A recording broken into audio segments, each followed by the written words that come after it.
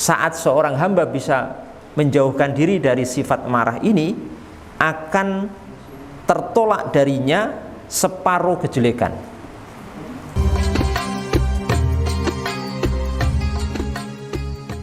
An Abi Hurairah radhiyallahu ta'ala anhu, dari sahabat Abu Hurairah, semoga Allah meridai beliau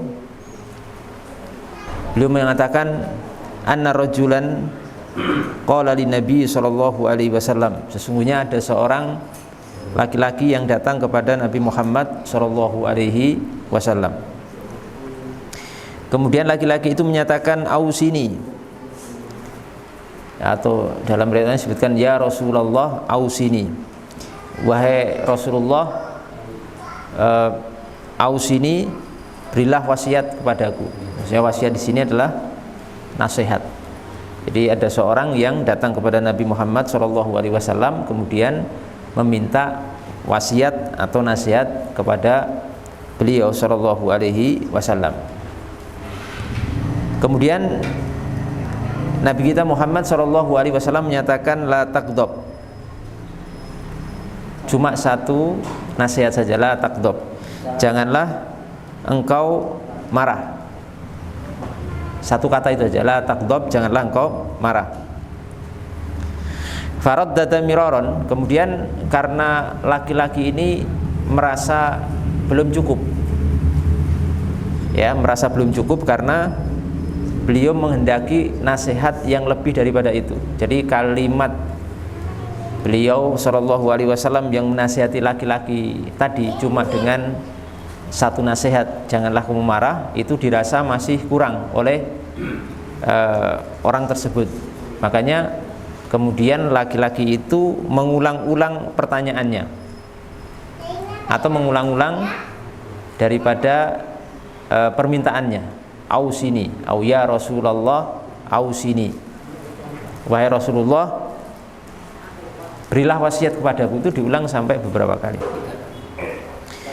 Dan setiap pengulangan itu dijawab oleh Rasulullah SAW, faqala la taqdab, janganlah kamu marah. Ya, diulang permintaannya untuk memberikan nasihat atau wasiat kepada orang itu, dan Rasulullah SAW terus menjawab dengan jawaban yang sama, yaitu la taqdab, janganlah kamu marah.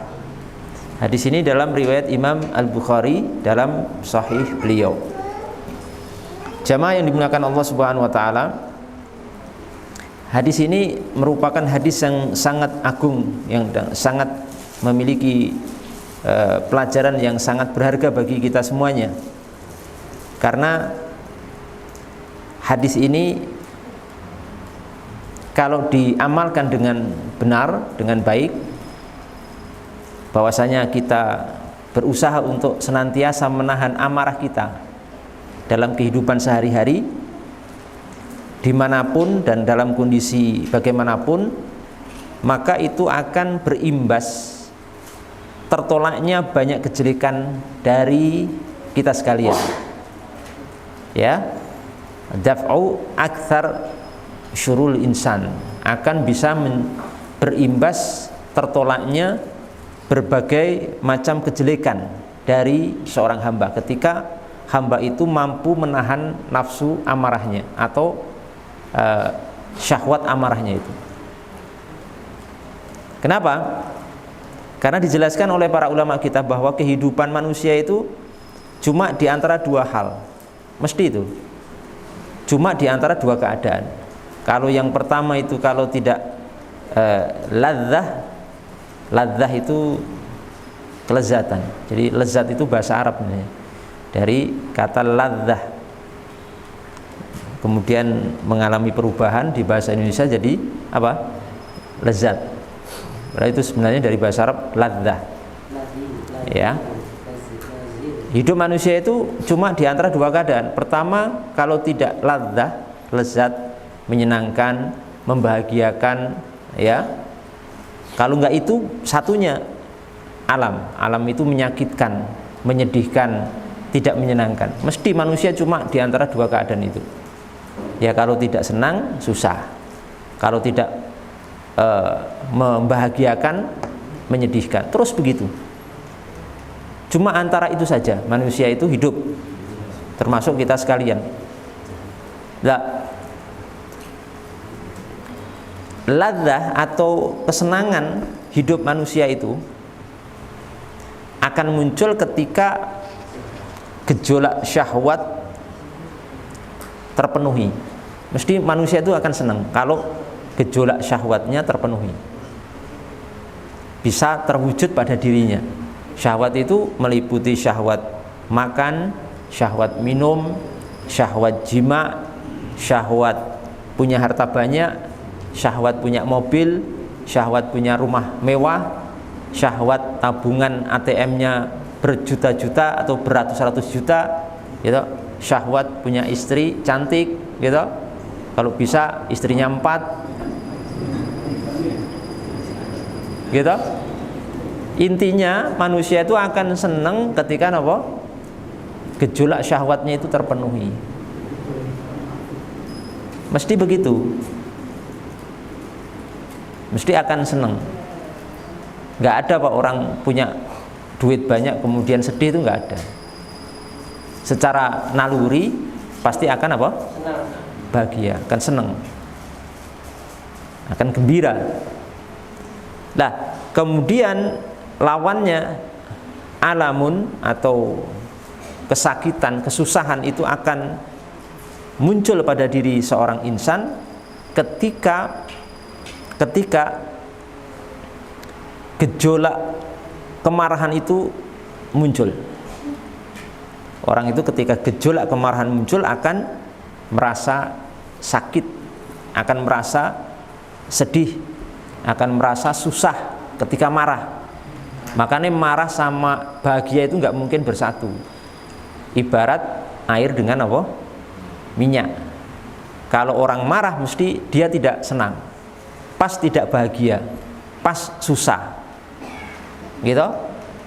Karena ini akan memicu alam, bukan ain ya, tapi hamzah. Alam itu rasa sakit, rasa sedih, rasa depresi, kalau sekarang stres, itu karena muncul gejolak marah. Nah, makanya ketika kita para hamba itu bisa menjauhi sifat marah ini, itu luar biasa. Sampai para ulama mengatakan saat seorang hamba bisa menjauhkan diri dari sifat marah ini, akan tertolak darinya separuh kejelekan. Ya, yadfa'u anhu nisfa syarr. Orang yang bisa menahan gejolak amarah ini akan tertolak, dia akan bisa menolak separuh, setengah kejelekan. Semua kejelekan itu separuhnya ditolak dengan apa? Dengan menolak syahwat marah. Jadi sisanya tinggal gampang. Separuhnya itu, separuh kejelekan itu pakal tolaknya pada sifat apa? Marah. Lah ketika seorang mampu berperang, mampu meninggalkan dan menjauhi sifat marah, berarti dia sudah bisa menghilangkan separuh, 50% kejelekan yang mungkin terjadi pada dirinya. Itu luar biasa.